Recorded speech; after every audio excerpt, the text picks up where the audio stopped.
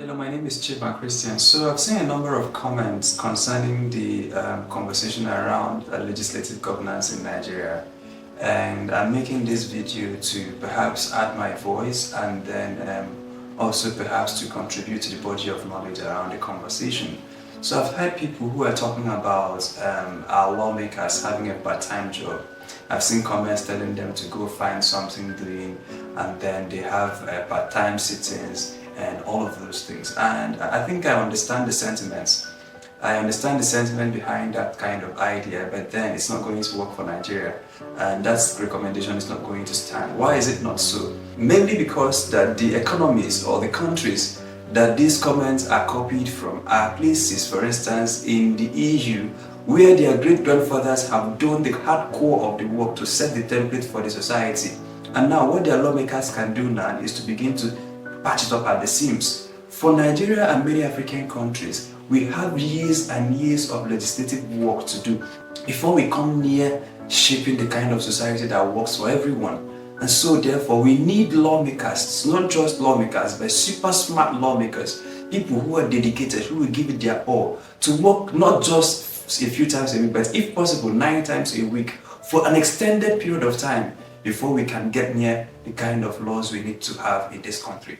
There are a lot of laws that are outdated, a lot of work that is required to be done. So this is not the time to tell them to cut back on the job. But I understand what Nigerians are talking about. The cost of running these platforms is quite expensive. And that's where we should channel our energy on. So instead of telling them to cut back on work, we should be telling them to cut back on their allowances, to cut back on the expenses, to cut back on the leisure.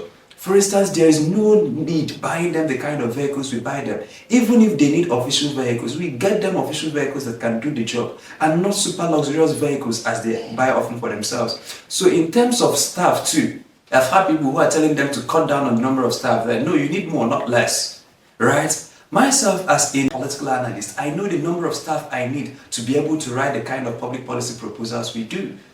But then, now talk about a lawmaker who needs all the assistance they can get to be able to do their jobs effectively and also efficiently. So you need more, not less. But what you're talking about is now cut down on the cost of governance, cut down, not cutting down on the number of people, but cutting down, for instance, the wastages.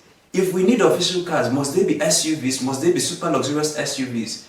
Those are some of the places where the wastages occur. But then do we need to buy newspapers for them, whereas they can just Google the news on the internet? So those are some of the things you're beginning to look at, cutting down, and not cutting down on work or cutting down on workers. We need more, not less. Again, I say this. Those countries that Nigerians are looking at and saying, oh, their lawmakers go to work on bicycles and they only work like once or twice in a week. Their great-grandfathers have put in the work to design their societies, and the societies is now working. They are working. And so what the lawmakers can do is to gather once in a while to find the laws that have already been there and then to just amend it a little bit at the corners. Today we don't have functional laws.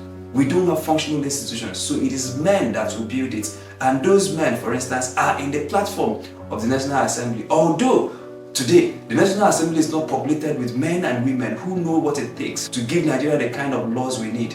But again, we're not going to cut back on that. So what Nigerians are going to be looking forward to, especially as we run down to 2027, is to begin to think of ways we can elect more credible people, both young and old, but they must be credible, they must be put their hearts to it, to begin to design that new Nigeria, to begin to design a legislative template for a better governed country. That's my point. That's what I want to add to the body of conversation, and I do hope that it helps. My name is Chima Christian. Africa's morning is at hand.